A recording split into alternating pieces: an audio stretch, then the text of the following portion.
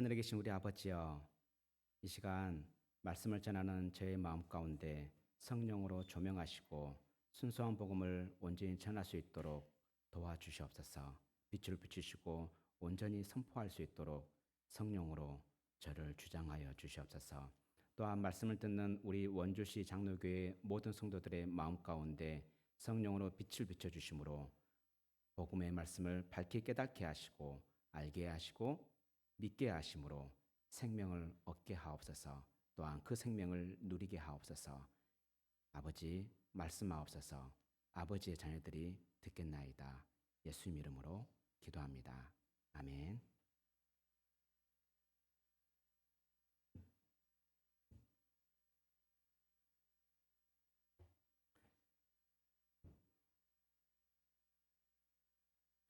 여러분, 어떤 사람들에게 오해를 받아본 적 있습니까? 예. 오해를 받으면 어떻습니까? 마음이 상합니다. 그죠? 마상을 입어요. 특히나 좋은 목적을 가지고 어떤 일을 했는데, 좋은 의도를 가지고 어떤 일을 했는데 오해를 받으면 정말 마음의 상처를 입습니다. 그래서 좀 그게 격해지면요, 서로 싸우기도 하고 또 다투기도 하죠. 심지어는 관계가 틀어지기도 합니다. 그런데요, 만약에 상대방이 우리의 의도를 안다면, 우리가 왜 그것을 하려고 했는지 그 선한 의도를 안다면 우리는 오해받을 일이 없겠죠? 네, 지금까지 역사상 가장 오해를 많이 받는 사람이 누굴까요? 아마 예수 그리스도일 겁니다. 사람들은 예수님이 오신 목적을 모르기 때문에 예수님을 오해합니다. 불신자들이 왜 예수님을 믿지 않습니까? 예수님을 오해하기 때문입니다. 예수님의 말씀을 듣지 않습니다. 오해하기 때문에 듣지 않고 믿지 않으려 합니다. 심지어는 예수님을 멀리 합니다. 그리고 신자가 예수님을 오해하면요, 신앙생활이 삐뚤어집니다. 신앙생활을 아무리 많이 해도 행복해지지가 않습니다. 그래서 오늘은 우리 예수님이 오신 목적을 전하려고 합니다. 두 가지로 전하려고 합니다. 그리고 우리가 그 예수님이 오신 그 목적을 알았을 때 우리가 어떤 면에서 좋은지, 무엇이 좋은지를 전하려고 합니다. 말씀을 잘 듣고 그리고 바른 신앙생활, 행복한 신앙생활을 하는 우리 원주시 장로교회 모든 성도들이 되기를 축복합니다. 마태복음은 족보로 시작합니다. 이 족보에는 굉장히 많은 사람들이 나오죠. 그리고 여러 사람이 강조되고 있습니다. 그 중에서 가장 강조되고 있는 사람이 누굴까요? 다윗입니다. 우리 마태복음 1장 1절 한번 봐볼까요? 1장 1절에 보면은 우리 성경에 보면은 누가 제일 먼저 나옵니까? 예, 아브라함이 제일 먼저 나옵니다. 그런데요, 우리가 가진 한글 성경만 그렇습니다. 헬라어 성경을 보면요, 그렇지 않습니다. 예수님의 이름이 제일 먼저 나오고 그 다음에 다윗의 이름, 그 다음에 아브라함의 이름이 나옵니다. 영어 번역본도 마찬가지입니다. 그래서 헬라어 성경을 직역하면요, 이렇습니다. 예수 그리스도의 계보라, 다윗의 자손, 아브라함의 자손. 그렇습니다. 우리 예수님은 다윗의 자손으로 오셨습니다. 그리고 또 6절 한번 봐볼까요? 6절에도 보면요, 다윗을 강조하고 있다는 것을 우리는 알 수 있습니다. 이번에는 좀 더 세게 강조하고 있습니다. 본문, 그러니까 창세기 6절부터는요, 왕들의 이름이 쭉 나와요.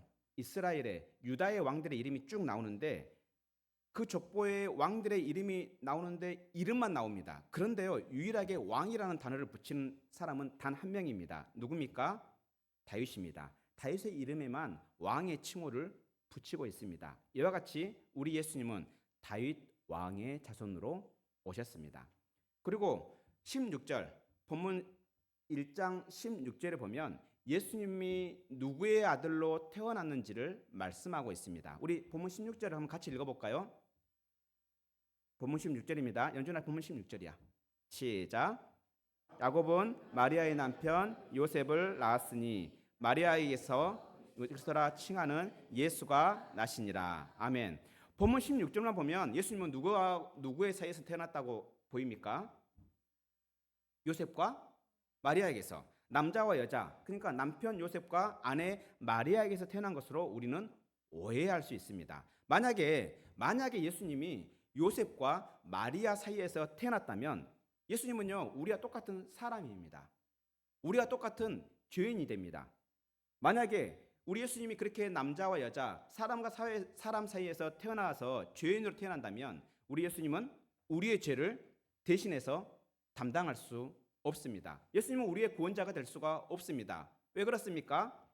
죄인이 다른 죄인의 죄를 대신해서 담당할 수 없기 때문입니다. 마치 물에 빠져 죽은 사람이 다른 물에 빠져 죽을 사람을 살려낼 수 없는 것과 같은 이치입니다. 하지만 우리 예수님은 남자와 여자, 사람과 사람 사이에서 태어나지 않았습니다. 그래서 마태복음은 족보 이야기가 16절에서 끝나지 않고 18절부터 그 예수님이 어떻게 태어났는지를 설명하고 있습니다. 예수님의 누구의 아들인지, 어떻게 태어났는지, 그리고 어떻게 해서 하나님의 아들이 다윗의 자손이 되었는지를 설명하고 있습니다. 우리 본문 18절 같이 읽어볼까요? 연준아, 집중. 본문 18절 읽겠습니다. 시작. 그의 어머니 마리아가 요셉과 약혼하고 동거하기 전에 성령으로 잉태된 것이 나타났더니. 아멘. 그렇습니다. 우리 예수님은 어떻게 잉태되었습니까? 성령으로 잉태되었습니다. 아직 결혼하지 않은 남자와 여자가 한 번도 동침하지 않는, 그러니까 남자와 한 번도 동침하지 않았던 동정녀 마리아에게서 성령으로 잉태되었습니다. 우리는 어떻게 해서 처녀가 남자와 동침하지 않고 임신을 할 수 있는지 이해할 수 없습니다. 그래서 우리는 이 말씀을 읽거나 혹시 이 말씀을 들을 때 황당할 수밖에 없습니다. 그래서 예수님을 믿기 어려울 수도 있습니다. 하지만요, 하나님이 어떤 분이란 것을 우리가 안다면 동정녀 마리아가 임신하는 것은 이해할 수는 없어도 믿을 수는 있습니다. 우리 창세기 1장을 보면 하나님이 어떠한 분인지 우리는 알 수 있습니다. 하나님은 어떻게 천지를 창조하셨는지를 우리에게 창세기 1장에서 알려주고 있습니다. 우리 창세기 1장 1절 한번 암송해 볼까요? 창세기 1장 1절 어떻게 됩니까?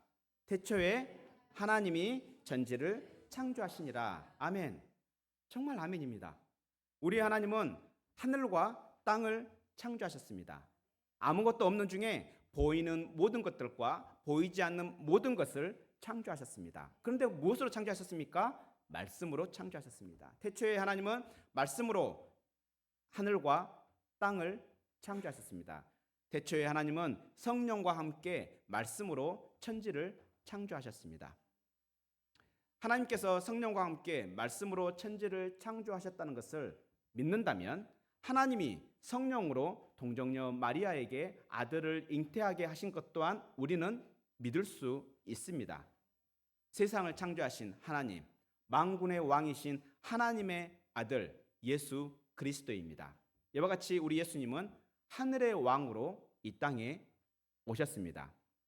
남자와 동침하지 않은 처녀가 아들을 잉태한다는 이야기는 우리를 굉장히 당혹스럽게 합니다. 그래서 복음을 전하기가 쉽지 않을 때도 있습니다. 어쩌면 그 복음을 전할 때, 그 복음을 들을 때 사람들은 황당한 이야기로 들릴 수도 있습니다. 우리만 그런 것이 아닙니다. 당사자는 오죽했겠습니까? 당사자 마리아도 그랬을 것이고 마리아와 약혼했던 요셉은 더 황당했을 것입니다.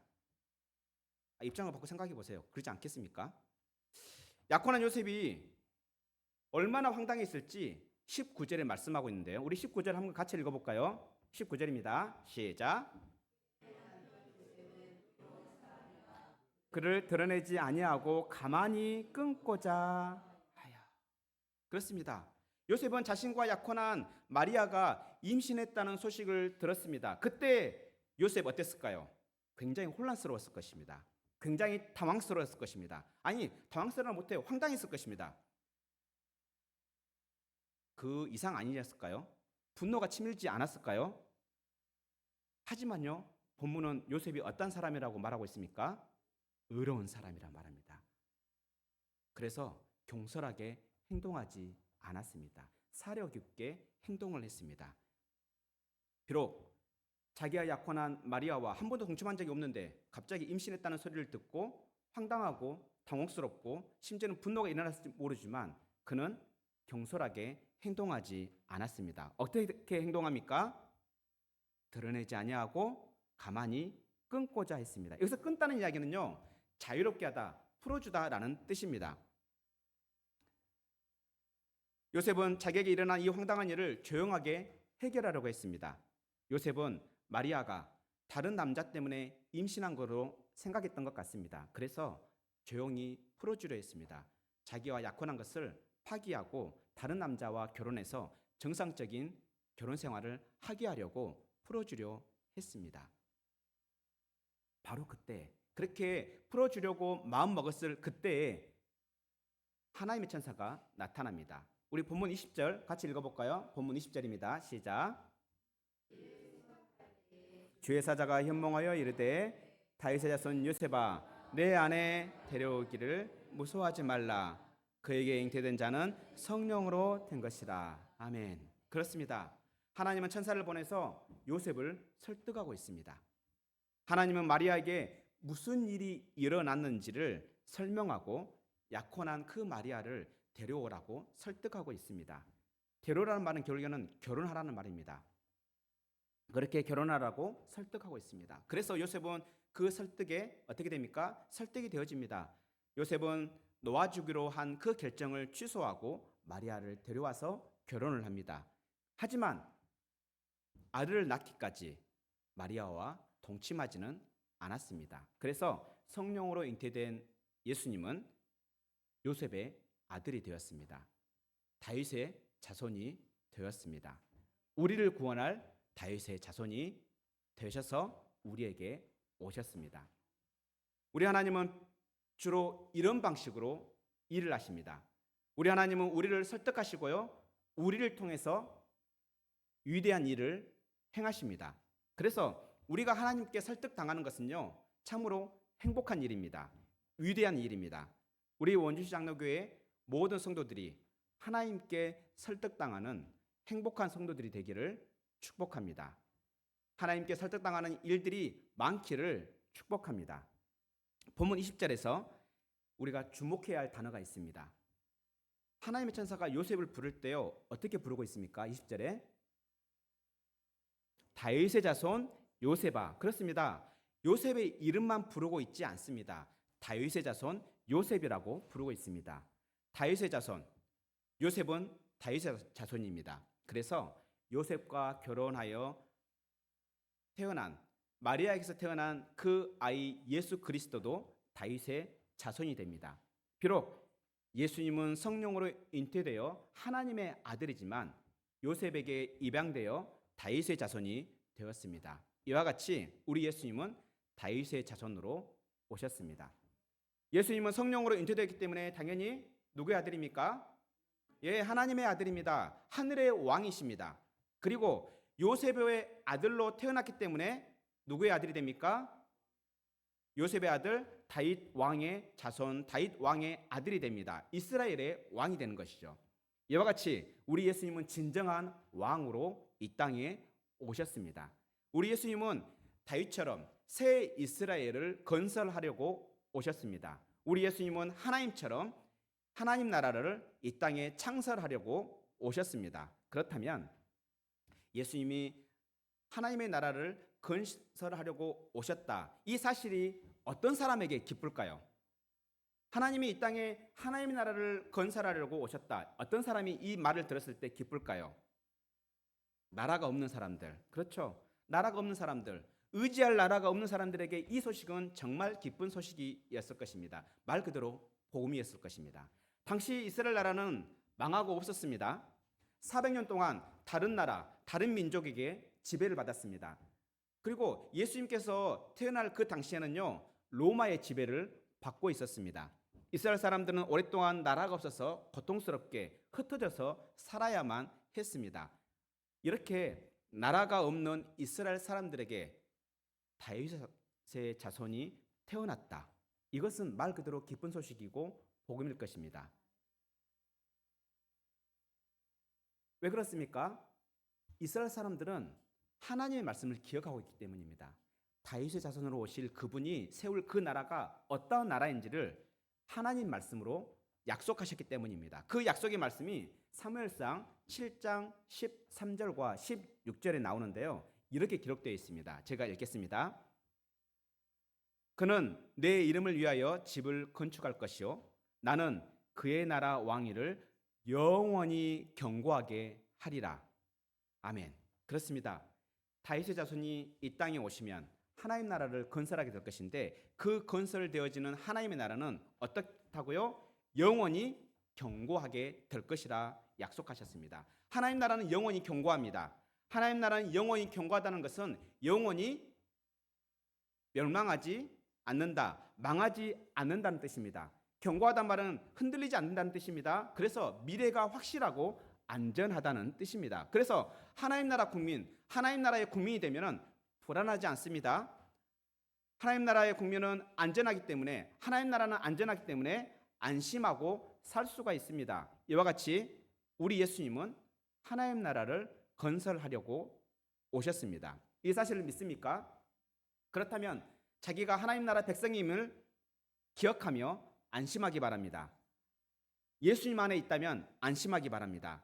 예수님 안에 있는 우리는 하나님 나라의 국민입니다. 영원히 견고한 하나님 나라의 국민입니다. 흔들리는 세상 속에서도 흔들리지 않는 하나님 나라의 국민입니다. 이 사실을 믿음으로 안심하고 살아가는 우리 원주시 장로교회 모든 성도들이 되기를 축복합니다. 지금까지 우리는 예수님께서 오신 첫 번째 목적을 살펴보았습니다. 그러면 예수님께서 첫 번째 오신 목적은 뭐라고요? 하나님 나라를 건설하려고 오셨다. 이제 예수님께서 오신 두 번째 목적을 살펴보겠습니다. 그 목적이 본문 21절부터 23절까지 나오는데요. 예수님께서 오신 두 번째 목적은 우리와 함께 하려고 오셨습니다. 우리 본문 21절을 함께 읽겠습니다. 본문 21절입니다. 시작. 아들을 낳으리니 이름을 예수라 하라. 이는 그가 자기 백성을 그들의 죄에서 구원할 자이심이라 하니라. 아멘. 그렇습니다. 하나님은 천사를 통해 아들의 이름을 알려주고 있습니다. 그 이름은 바로 무엇입니까? 예수입니다. 예수님의 이름은 요셉이 지어준 게 아닙니다. 누가 지어줬습니까? 하나님이 지어줬습니다. 여러분들 일반적으로 자녀의 이름은 누가 지어줍니까? 그렇죠. 부모님이 지어주죠. 그래서 하나님이 예수님의 이름을 지어주셨다. 무슨 뜻입니까? 예수님은 하나님의 아들이라는 증거입니다. 그런데 본문 22절에 보면요. 우리에게 오신 예수님은 우연히 오신 게 아닙니다. 갑자기 오신 게 아닙니다. 예수님께서 하나님께서 선지자를 통해서 하신 그 약속대로 오셨습니다. 그 약속하신 말씀을 이루기 위해서 오셨습니다. 그 말씀이 바로 본문 23절인데요. 본문 23절을 같이 읽겠습니다. 시작. 보라, 처녀가 잉태하여 아들을 낳을 것이요 그 이름을 임마누엘이라 하리라 하셨으니 이를 번역한즉 하나님이 우리와 함께 계시다 함이라. 아멘. 그렇습니다. 이 말씀은요. 예수님께서 오시기 700년 전에 하나님께서 선지자 이사야를 통해서 하신 말씀입니다. 그리고 때가 되자 그 약속하신 말씀대로 우리 예수님은 성령으로 동정녀 마리아에게 잉태되어 이 땅에 오셨습니다. 그때 하나님이 약속하신 그 아들의 이름은 무엇입니까? 임마누엘이죠. 23절 임마누엘 나왔잖아요. 그죠? 그 뜻이 무슨 뜻입니까? 하나님이 우리와 함께 계신다. 여기에서 예수님이 우리에게 오신 목적을 말씀하고 있는 것입니다. 그 목적이 무엇입니까? 우리와 함께 하기 위해서입니다. 이와 같이 우리 예수님은 우리와 함께 하려고 오셨습니다. 여기서 우리가 주목할 것이 있는데요. 본문 21절과 본문 23절이 서로 연결되어 있습니다. 예수님의 이름으로 연결되어 있습니다. 예수와 임마누엘이 연결되어 있습니다. 그렇다면 그 뜻도 연결되어 있겠죠? 예수의 이름은요. 성경에 뭐라 되어 있습니까? 아들 낳으니 이름을 예수라 하라. 그러면서 뭐라 합니까? 그가 자기 백성을 그들의 죄에서 구원하신다. 예수님이 우리의 죄에서 구원하는 것. 그리고 임마누엘은 무슨 뜻입니까? 누가? 하나님이 우리와 함께 하신다. 그렇다면 예수님은 우리를 죄에서 구원하셔야 하나님이 우리와 함께 하신다는 뜻으로 우리는 이해할 수 있습니다. 반대로 말하면 우리가 죄에서 깨끗하지 않으면 하나님은 우리와 함께하지 않으신다입니다. 하나님이 우리와 함께하지 않으신다. 그렇다면 우리는 하나님께 복을 받을 수가 없게 됩니다. 하나님께 복을 받을 수 없다는 것은 참으로 불행한 일입니다. 흔들리는 세상에서, 불안한 세상에서 사는 것도 힘든데 복까지 받지 못한다면 더 힘들어집니다.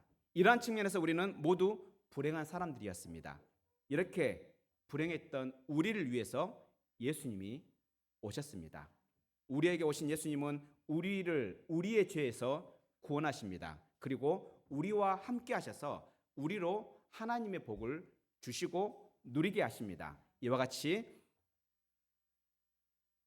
하나님은 우리를 행복하게 하려고 우리와 함께 하려고 오셨습니다. 반대로 죄는 우리를 불행하게 만듭니다. 예수님은 우리를 행복하게 만들듯이 죄는 우리를 불행하게 만듭니다. 그렇다면 우리는 우리를 불행하는 죄가 무엇인지 알아야 합니다. 우리가 행복해지려면 죄가 무엇인지 알아야 합니다. 죄가 무엇입니까? 죄가 무엇인지 본문이 우리에게 힌트를 주고 있습니다. 그게 바로 23절의 말씀인데요. 23절은요, 여러분들 한번 성경에 보면은 각주가 달려 있을 거예요. 뭐 어디라고 되어 있습니까? 어디를 인용했다고 되어 있습니까? 이사야서 7장 14절을 인용했다라고 되어 있습니다. 그렇습니다. 본문 23절은 이사야서 7장 14절을 인용하고 있습니다.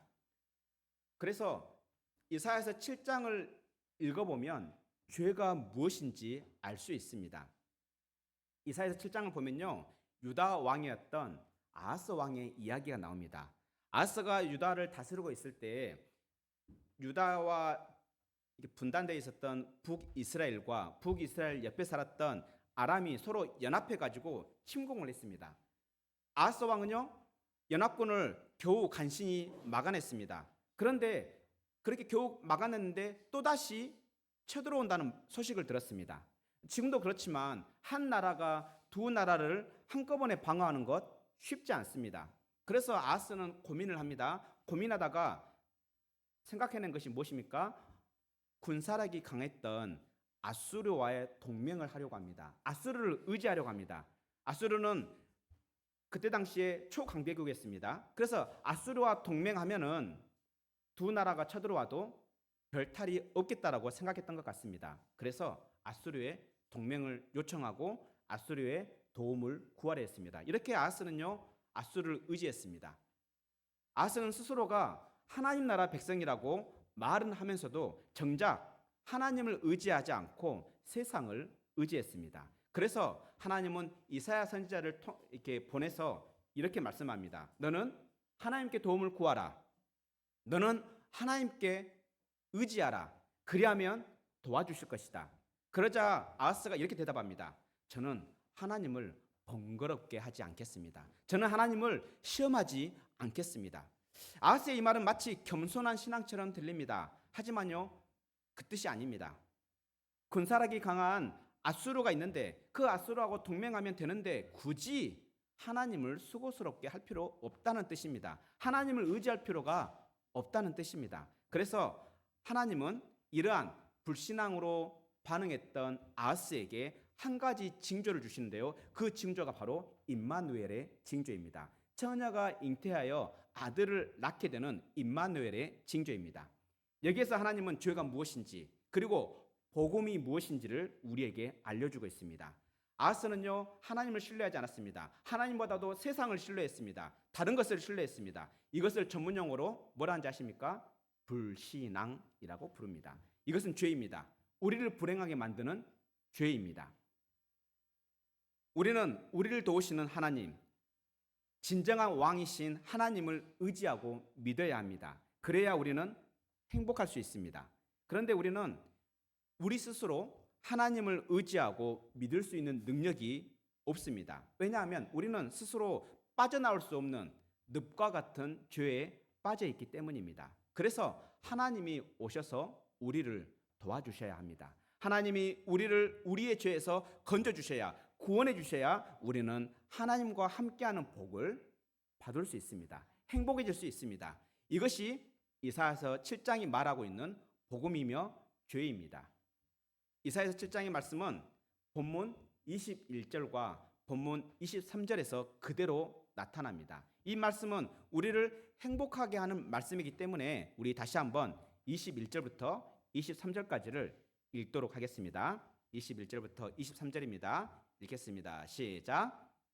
아들 낳으리니 이름을 예수라 하라. 이는 그가 자기 백성을 그들의 죄에서 구원할 자이심이라 하니라. 이 모든 일이 된 것은 주께서 선지자로 하신 말씀을 이루라 하심이니 이르시되 보라 처녀가 잉태하여 아들을 낳을 것이요 그의 이름을 임마누엘이라 하리라 하셨으니 이를 번역한즉 하나님이 우리와 함께 계시다 함이라. 아멘. 이와 같이 우리 예수님은요 우리를 우리의 죄에서 건져내시려고 구원하시려고 그리고 함께 하시려고 오셨습니다. 행복하기를 원합니까? 미래에 대한 걱정에서 해방되기를 원합니까? 그렇다면 우리와 함께 하려고 오신 예수님을 의지하기 바랍니다. 우리가 예수님을 의지하면 우리 예수님은 우리를 넉넉하게 도와주십니다. 우리의 그 바램과 소망을 결코 헛되게 하지 않으십니다. 우리가 예수님을 의지하면 예수님은 우리를 우리의 죄에서 건져내시고 우리와 함께 하십니다. 그래서 하나님이 우리와 함께 하심으로 우리는 그때에 비로소 행복해집니다. 여기서 우리가 기억해야 할 것이 있습니다. 죄와 임마누엘은 공존할 수가 없습니다. 사망과 생명은 공존할 수 없습니다. 불행과 행복은 공존할 수 없습니다. 이것을 우리가 기억해야 합니다. 우리 앞에 죄의 길과 임마누엘의 길이 있습니다. 우리 앞에 죽음의 길과 생명의 길이 있습니다. 우리 앞에 불행의 길과 행복의 길이 있습니다. 우리를 임마누엘로 인도하는 길, 우리를 생명으로 인도하는 길, 우리를 행복으로 인도하는 길은 오직 예수 그리스도뿐입니다. 예수께서 이르시되 내가 곧 길이요 진리요 생명이니 나를 말미암지 않고는 아버지께로 올 자가 없느니라 말씀하셨습니다. 죄와 죽음과 불행의 길을 버리고 임마누엘과 생명과 행복의 길을 걷는 원주시 장로교회 모든 성도들이 되기를 축복합니다. 우리와 함께 하시려고 오신 예수님 안에서 행복을 누리는 모든 성도들이 되기를 축복합니다. 말씀을 맺으려 합니다. 우리는 서로 오해할 때가 많습니다. 상대방의 목적과 의도를 모르면 오해할 수도 있습니다. 반대로 오해를 받을 수도 있습니다. 마찬가지로 우리의 신앙생활도 마찬가지입니다. 우리가 예수님의 오신 목적을 잘 모르고 오해하면 신앙생활을 삐뚤어집니다. 우리의 행복한 신앙생활, 바른 신앙생활을 위해서는 예수님이 오신 목적을 바르게 알아야 합니다.